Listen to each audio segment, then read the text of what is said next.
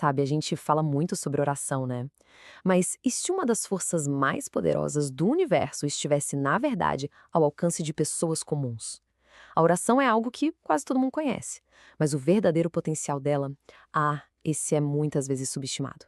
E nesta análise a gente vai mergulhar fundo em um único versículo, um que revela um poder extraordinário, de um jeito que, olha, pode surpreender. Então, a base de tudo que a gente vai conversar tá aqui. Tiago, capítulo 5, versículo 16. A frase é super curta, mas, nossa, o peso que ela tem é enorme. Pensa só, ela traz dois elementos cruciais: uma pessoa específica, o justo, e um resultado garantido, uma oração poderosa e eficaz. Mas tá, o que isso quer dizer na vida real, no dia a dia? Ok, então vamos lá. Primeira parte desse quebra-cabeça. A promessa é para uma pessoa justa. Isso já levanta a primeira grande dúvida, né? Quem é essa pessoa, afinal? Precisa ser alguém perfeito? Quase um super-humano sem falha nenhuma? E aqui, gente, já vem a primeira grande virada de chave. O tal do justo não é um super santo, sabe? Alguém sem defeito, nada disso. No contexto bíblico, justo é quem foi justificado pela fé. Não é por merecimento, por ter uma vida perfeita, é uma condição que se recebe pela graça. E o que isso quer dizer na prática? Quer dizer que esse poder todo não está reservado para uma elite espiritual, ele é acessível para qualquer pessoa que crê. E esse é o ponto central. A oração por si só não é mágica, não é um feitiço, uma fórmula de poder. Imagina que ela é tipo o cabo que a gente liga na tomada. A gente, com toda a nossa limitação, é a tomada. A oração é o cabo, e ela conecta a gente na fonte de energia infinita do divino. É por isso, sabe? É por isso que uma pessoa comum consegue ter acesso a resultados que são, uau, extraordinários. E para provar que é exatamente assim, a própria escritura usa exemplos de pessoas que eram, olha, surpreendentemente normais. Gente que sentia medo, fraqueza, dúvida. Gente como a gente. Mas as orações dessas pessoas, elas mudaram o curso da natureza da história. O principal exemplo disso talvez seja o profeta Elias. É muito fácil pensar nele como uma figura mítica, intocável. Mas o texto de Tiago faz questão de dizer que ele era um homem sujeito aos mesmos sentimentos que a gente.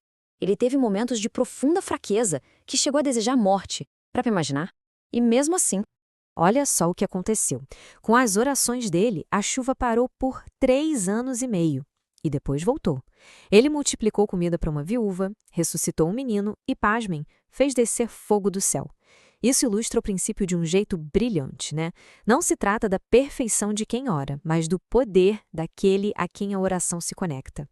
E esse impacto não para em milagres individuais, não. A Bíblia está repleta de momentos em que a oração de uma única pessoa teve consequências em escala nacional, alterando o destino de povos inteiros. Pega o caso de Moisés. Quando a nação de Israel estava prestes a ser destruída por sua rebeldia, a intercessão de Moisés, a oração dele, literalmente poupou um povo inteiro da aniquilação. Uma oração que salvou uma nação. 185 mil. É um número que impressiona, né? Mas o que será que ele representa? Esse era o número de soldados assírios, do império mais poderoso da época, que foram derrotados em uma única noite. Isso aconteceu depois que o rei Ezequias, encurralado e sem esperança militar, orou pela libertação de Jerusalém. A resposta foi uma vitória impossível. Mas tem um detalhe importante: eficaz não quer dizer instantâneo. Às vezes, alguns dos exemplos mais poderosos de oração envolvem uma virtude crucial, a perseverança. As respostas podem levar décadas, mas o impacto delas pode atravessar gerações. Isaac orou por sua esposa, Rebeca, que não podia ter filhos. A resposta não veio no dia seguinte, nem no ano seguinte. Levou 20 anos. 20 anos de oração persistente para que a promessa se cumprisse. Uma história talvez ainda mais comovente é a de Mônica. Imagina a dor de uma mãe em que, por 30 anos, orou sem cessar pela conversão de seu filho rebelde, Agostinho. 3 décadas de lágrimas e esperança. A persistência dela foi recompensada de uma forma que ela talvez nem sonhasse. Ele não só se converteu, como se tornou Santo Agostinho, uma das mentes mais influentes da história. E esse poder não se limita aos tempos antigos, não. Em 1857, um pequeno grupo de empresários em Nova York começou a se reunir para orar por um avivamento, no meio de uma crise nacional. O que começou pequeno desencadeou uma reação em cadeia impressionante. Acompanha só essa reação em cadeia. As reuniões de oração cresceram, levando a um avivamento que impactou milhões de vidas na América. Nesse contexto, um jovem chamado Simenton sentiu chamado para ser missionário, veio para o Brasil e iniciou um movimento que perdura até hoje, uma conexão direta de uma sala de oração em Nova York com a história do Brasil. Então, como tudo isso se aplica hoje? As histórias de exércitos, fome e infertilidade podem parecer distantes, mas os princípios por trás delas, esses são atemporais.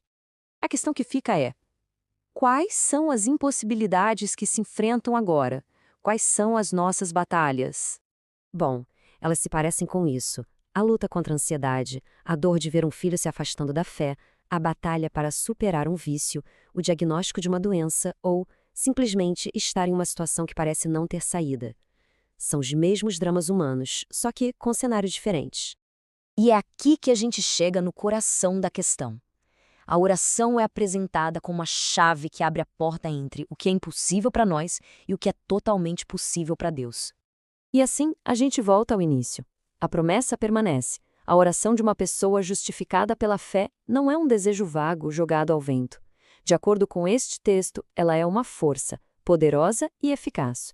A pergunta que fica no ar é: como seria se essa força fosse realmente acionada para enfrentar os desafios de hoje?